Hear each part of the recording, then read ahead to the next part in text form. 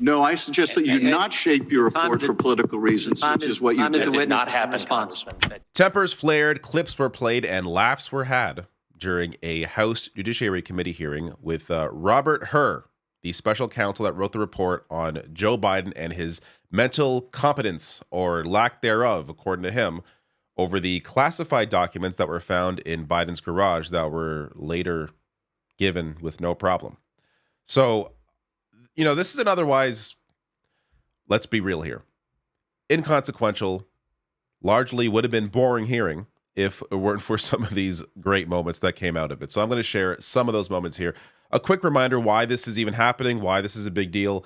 Robert Hur is speculated to be, sort of working to benefit Republicans with the report that he released, claiming that Biden is an elderly man with a poor memory who was unable to remember key dates, including when he served as vice president or the year his son died, which the full transcript has been released, and I read some of the quotes from it here. This is actually not necessarily what happened. Biden didn't forget the year. Someone else brought up the year that was with him, and he said, it was 2015, but he mentioned the date immediately, like the day and the month. I think it was May 30th. He mentioned that immediately, and just someone else mentioned the year. So there was a lot of, the way the report was written appears to clearly try and paint Biden a certain way, even though it ended up that there were no criminal charges that were laid. It was still an attempt to try and smear Biden in some way as a way for Republicans to use it against him. So that's why this whole thing is going down. Let me play a few clips here. So this gets to the heart of the issue with the language in the report. And then we got some fun stuff later on. Like when we get to Eric Swalwell here, he brings up a supercut of Donald Trump and his brain issues, which is pretty enjoyable.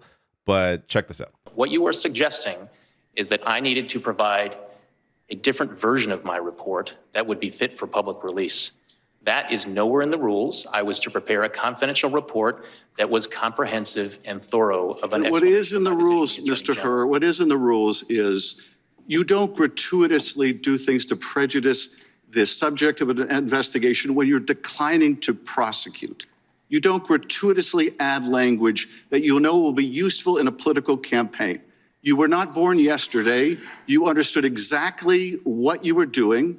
It was a choice. You certainly didn't have to include that language. You could have said vis-a-vis the documents that were found at the university, the president did not recall. There is nothing more common. You know this, I know this. There is nothing more common with a witness of any age when asked about events that are years old to say, I do not recall. Indeed, they're instructed by their attorney to do that if they have any question about it. You understood that. You made a choice. That was a political choice. It was the wrong choice. All right, so Adam Schiff there, I'm going to put aside for a moment here his campaign in California, how he propped up a Republican to run against in the fall because he's afraid of going up against a progressive like Katie Porter or Barbara Lee. Let's just put aside the Senate campaign in California. Adam Schiff here making a solid argument for why Robert Hur used, or how Robert Hur used politically charged language that otherwise would not be in a report of this nature. Someone saying, I don't recall those dates, or I forget what happened here. That person normally would not be viewed as somebody who is an elderly person who is forgetful, because a lot of people, regardless of age, they're told by their lawyers, hey, if you don't remember the exact date, then don't say you, or don't guess, like just say you don't recall.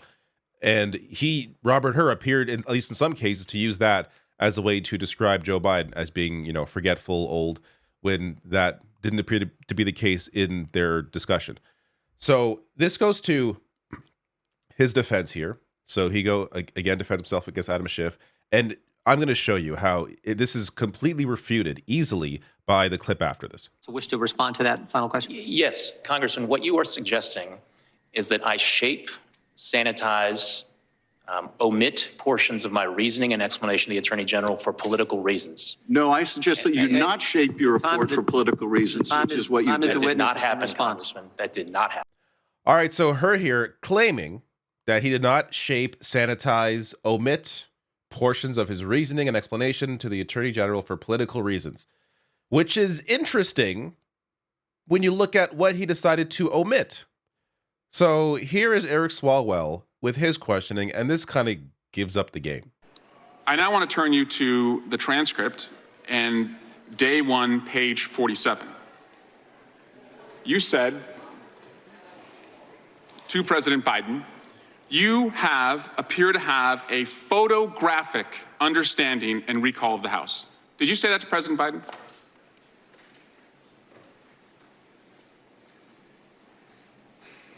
Those words do appear on page 47 of the transcript. Photographic is what you said. Is that right? That word does appear on page 47 of the transcript. Never appeared in your report, though. Is that correct? The word photographic? That does not appear in my report. Interesting. What you decided not to include in the report that was in your discussion with Joe Biden. So in the discussion, he tells Joe Biden, you have a photographic recall of the House. Yet in the conclusion, Biden's an elderly man with a poor memory who was unable to remember key dates.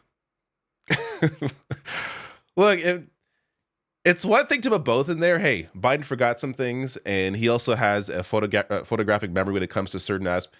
Okay, put both in there. But to omit one and only include the other one with this kind of politically charged language in what is supposed to be a nonpartisan report kind of showcases that you are, even if you want to say not on purpose, at the very least, inadvertently giving content to Republicans to work with to try and, paint Joe Biden as this elderly man with a bad memory, which he may be.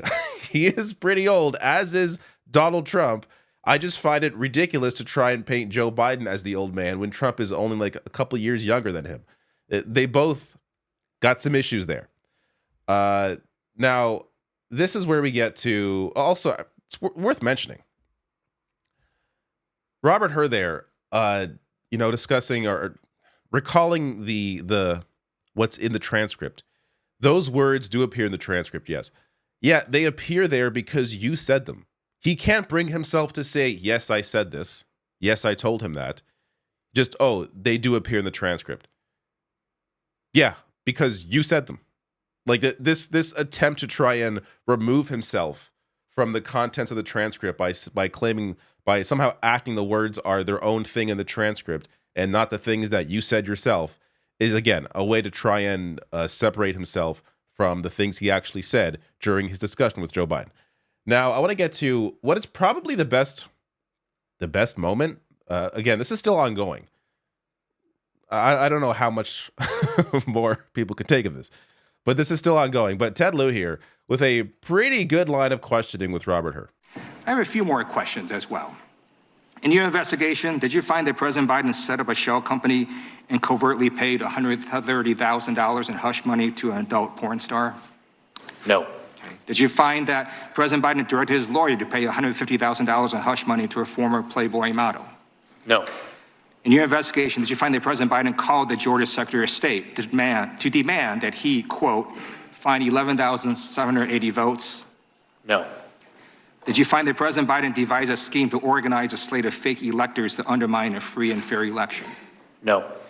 Did you find that leading up to January 6, 2021, President Biden urged his supporters to travel to D.C. and to storm the Capitol? No. Thank you. Each of these activities I laid out describe what Donald Trump did, his efforts to bully election officials, overturn the results of the election, and deceive the American people. That is why Donald Trump has been indicted in not just one, not just two, not just three, but 4 criminal cases. I yield back. All right, so I got one more clip to get to mostly because it's funny, but this is probably, from what I've seen so far, the best moment of this entire hearing because it properly contextualizes this entire thing. You have, on one hand, Joe Biden and this report about an investigation where he's not charged with anything, but tries to paint him as being old and forgetful when the transcript shows different. But on one hand, you have that. On the other hand, you have somebody who has been found guilty of multiple things, is under multiple indictments, is a massive criminal, has done many terrible things, and there is an attempt to try and, at the very least, both sides the two here. No, in terms of character, it is very clear what the differences are. And Ted Lieu clearly lays that out with this line of questioning. Now, this gets to the last clip where there were actually, from what I've seen, a couple versions of this. So Jerry Nadler also put together a clip show of Trump's, forgetful moments, but Eric Swalwell's is better. So I'm going to showcase his. Here he is introducing it, and it's just funny to watch this. Again, understanding Republicans are putting on this massive show to try and get, Joe Biden, showcase how terrible Biden's memory is, how bad his brain is, yet these are all of Trump's moments. Now I want to show you and play a video of what is absolutely not photographic. In the failing New York Times by an anonymous, gutless coward. We are a nation that just recently heard that Saudi Arabia and Russia will repeat. I hope they now go and take a look at the oranges of the investigation. And I watch our police and our firemen down on 7-Eleven, down at the World Trade Center. And we did with Obama. We won an election that everyone said couldn't be won. This is the very definition of totalitarianism. And let me begin by wishing you a beautiful, look, you remember this? Do you remember? God bless the United States. The windmills are driving them crazy. They're driving I'm the gentleman. the whales, I think, a little batty. Time And I the went to gentleman Puerto has Rico, expired. and I met with the president of the... The gentleman yields back. The chair now recognizes the gentleman from North Carolina. Jim Jordan, very eager to move on from that clip show there. I gotta have a soundbite for God bless the United States. That's maybe my favorite one. But there's a lot of good stuff in there. It's just going again. Look, you could pull out moments from these speeches, from Biden's speeches, from Trump's speeches. Yeah, that even people who aren't their age, if you do enough speeches, you're going to have some moments where you're saying some bizarre things, or at least I should say pronouncing things bizarrely. Maybe the content of what you're saying shouldn't be all that bizarre as it is with Donald Trump. But yeah, Biden has a stutter, not a big deal. Trump is on something, apparently. I don't know what's going on with him. But if you want to, cherry pick these things, then you can do that. Ultimately, I think it's more important to look at who these two individuals are, what they have done, what they have fought for, their failures as well, and then weigh those two things.